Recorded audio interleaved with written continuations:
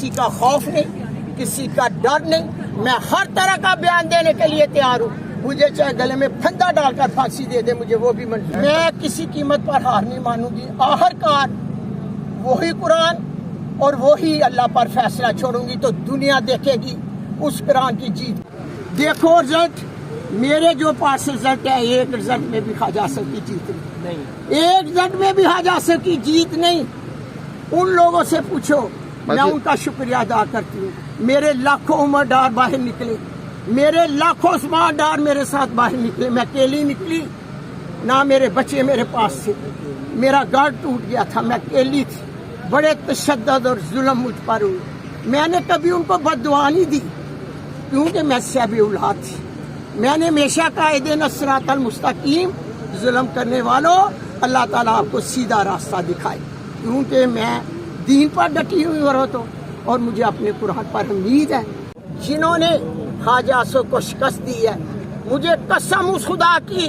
ان لوگوں کے لیے میری جان بھی چلی جائے تو میں کہوں گی اللہ نے میرے لیے اعزاز دیا شہادت کا، مجھے وہ بھی قبول ہے۔ لیکن ماجی اس عمر میں آپ بھی اتنی زیادہ جذباتی ہیں، ایموشنل ہیں، کیا وجہ ہے اتنے جذبات کی؟ یہ میرے قرآن کی طاقت ہے،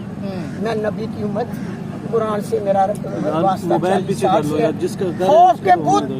اسی قرآن مجید نے میرے اندر سے ختم کر دی،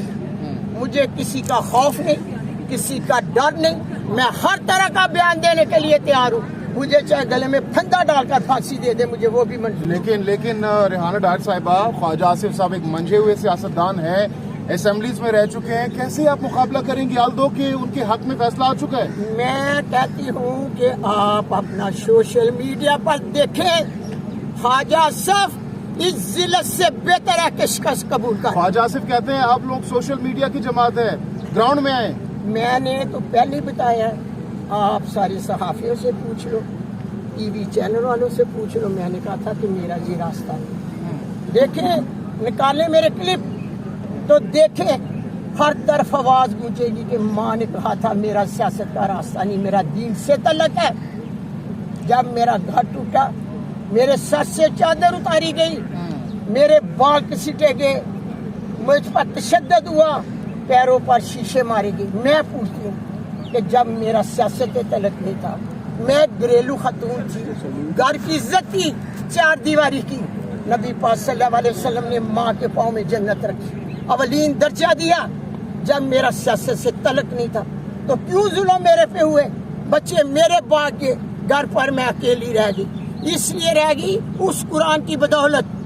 اس قرآن مجید کی بدولت جو ہمارے نبی پر اتاری گئی تھی، صحیفے آسمانوں پر آئے، جبرائیل علیہ السلام لے کے آئے تھے، اور نبی پاک صلی اللہ علیہ وسلم نے کہا مجھے تو حفظ ہو گیا تو میں اپنی امت کے لیے کیا چھوڑ کر جاؤں گا، اہدنا الصراط المستقیم، ایک راستہ جہنت کا اور دوسرا راستہ دوزخ کا۔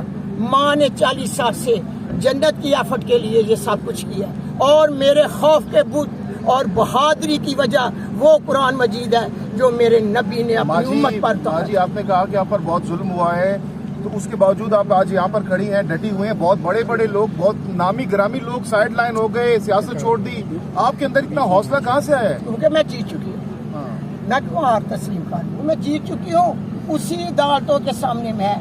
بتاؤں گی، اگر مجھے اجازت دی تو میں نے کہا کہ اسی رزلٹ پر آج یہاں الیکشن کمیشن آفس میں کیا بتایا؟ مجھے ٹائم ملا ہے، میرے پاس ڈاکومنٹس ہے، میں اتنی بہادری کیوں کہ میں جیت چکی ہوں، میں جیت چکی ہوں، میرے پاس رزلٹ ہے، ہار نہیں ماریں گے آپ تو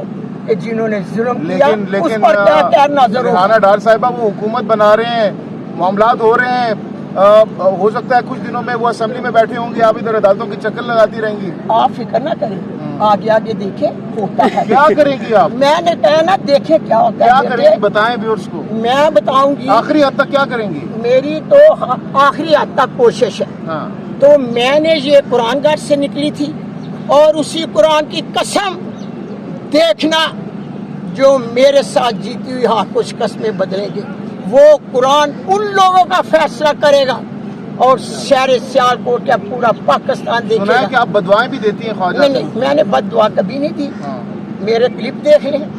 جنہوں پر ظلم کیا میں نے کبھی ان کو بھی بد دعا نہیں دی، اس لیے نہیں دی کہ میں صاحب اولاد شخص، ماں ہو،